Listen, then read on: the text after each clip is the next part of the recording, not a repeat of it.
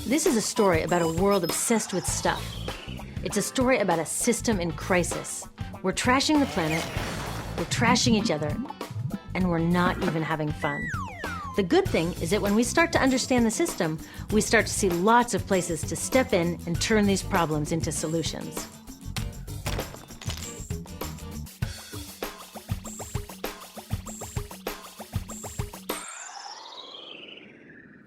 The other day, I couldn't find my computer charger. My computer is my lifeline to my work, my friends, my music. So I looked everywhere, even in that drawer where this lives. I know you have one too, a tangle of old chargers, the sad remains of electronics past. How did I end up with so many of these things?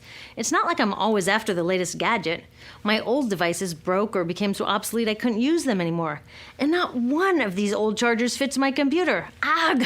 This isn't just bad luck. It's bad design. I call it design for the dump. Design for the dump sounds crazy, right? But when you're trying to sell lots of stuff, it makes perfect sense. It's a key strategy of the companies that make our electronics.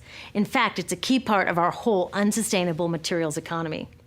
Design for the dump means making stuff to be thrown away quickly. Today's electronics are hard to upgrade, easy to break, and impractical to repair. My DVD player broke and I took it to a shop to get fixed. The repair guy wanted $50 just to look at it. A new one at Target cost $39. In the 1960s, Gordon Moore, the giant brain who invented the semiconductor, predicted that electronics designers could double processor speed every 18 months. So far, he's been right. This is called Moore's Law. But somehow, the bosses of these genius designers got it all twisted up. They seem to think that Moore's Law means every 18 months we have to throw out our old electronics and buy more. Problem is, the 18 months that we use these things are just a blip in their entire life cycle. And that's where these dump designers aren't just causing a pain in our wallets, they're causing a global toxic emergency. You see, electronics start where most stuff starts, in mines and factories. Many of our gadgets are made from 1,000 different materials, shipped from around the world to assembly plants. There, workers turn them into products using loads of toxic chemicals like PVC, mercury, solvents, and flame retardants. Today, this usually happens in far-off places that are hard to monitor, but it used to happen near my home in Silicon Valley, which, thanks to the electronics industry, is one of the most poisoned communities in the US. IBM's own data revealed that its workers making computer chips had 40% more miscarriages and were significantly more likely to die from blood, brain, and kidney cancer. The same thing is starting to happen all around the world. It turns out the high-tech industry isn't as clean as its image. So, after its toxic trip around the globe, it lands in my hands. I love it for a year or so, and then it starts drifting further from its place of honor on my desk or in my pocket. Maybe it spends a little time in my garage before being tossed out. And that brings us to disposal, which we think of as the end of its life. But really, it's just moved on to become part of the mountains of e-waste we make every year. Remember how these devices were packed with toxic chemicals? Well, there's a simple rule of production. Toxics in, toxics out. Computers, cell phones, TVs, all this stuff is just waiting to release all their toxics when we throw them away. Some of them are slowly releasing this stuff even while we're using them. You know those fat old TVs that people are chucking for high-def flat screens? They each have about 5 pounds of lead in them. Lead, as in lead poisoning. So, almost all of this e-waste either goes from my garage to a landfill or it gets shipped overseas to the garage workshop of some guy in Guiyu, China, whose job it is to recycle it. I've visited a bunch of these so-called recycling operations.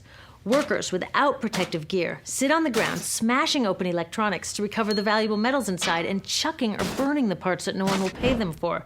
So while I'm on to my next gadget, my last gadget is off poisoning families in Guiyu or India or Nigeria. 6 billion tons of e-waste have been dumped, burned, or recycled. And most recycling is anything but green. So are the geniuses who design these electronics actually evil geniuses? I don't think so, because the problems they're creating are well hidden even from them. You see, the companies they work for keep these human and environmental costs out of sight and off their accounting books. It's all about externalizing the true costs of production. Instead of companies paying to make their facilities safe, the workers pay with their health. Instead of them paying to redesign using fewer toxics, villagers pay by losing their clean drinking water. Externalizing costs allow companies to keep designing for the dump. They get the profits and everyone else pays. When we go along with it, it's like we're looking at this toxic mess and saying to companies, you made it, but we'll deal with it.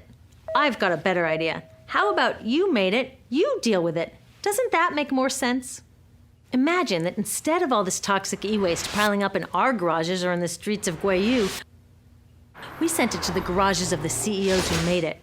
You can bet that they'd be on the phone to their designers pretty fast demanding they stop designing for the dump. Making companies deal with their e-waste is called extended producer responsibility, or product take-back. If all these old gadgets were their problem, it would be cheaper for them to just design them longer-lasting, less toxic, and more recyclable in the first place. They could even make them modular so that when one part broke, they could just send us a new piece instead of taking back the whole broken mess. Already, take-back laws are popping up all over Europe and Asia. In the US, many cities and states are passing similar laws. These laws need to be protected and strengthened. It's time to get these brainiacs on our side. With take-back laws and citizen action to demand greener products, we can start a race to the top where designers compete to make long-lasting, toxic-free products. So let's have a green Moore's Law. How about the use of toxic chemicals will be cut in half every 18 months? The number of workers poisoned will decline at an even faster rate. We need to give these designers a challenge they can rise to and do what they do best: innovate. Already, some of them are realizing they're too smart to be dump designers and are figuring out how to make computers without PVC or toxic flame retardants. Good job, guys. But we can do even more. When we take our e-waste to recyclers, we can make sure they don't export it to developing countries. And when we do need to buy new gadgets, we can choose greener products. But the truth is, we are never going to just shop our way out of this problem, because the choices available to us at the store are limited by the choices of designers and policymakers outside of the store. That's why we need to join with others to demand stronger laws on toxic chemicals and on banning e-waste exports.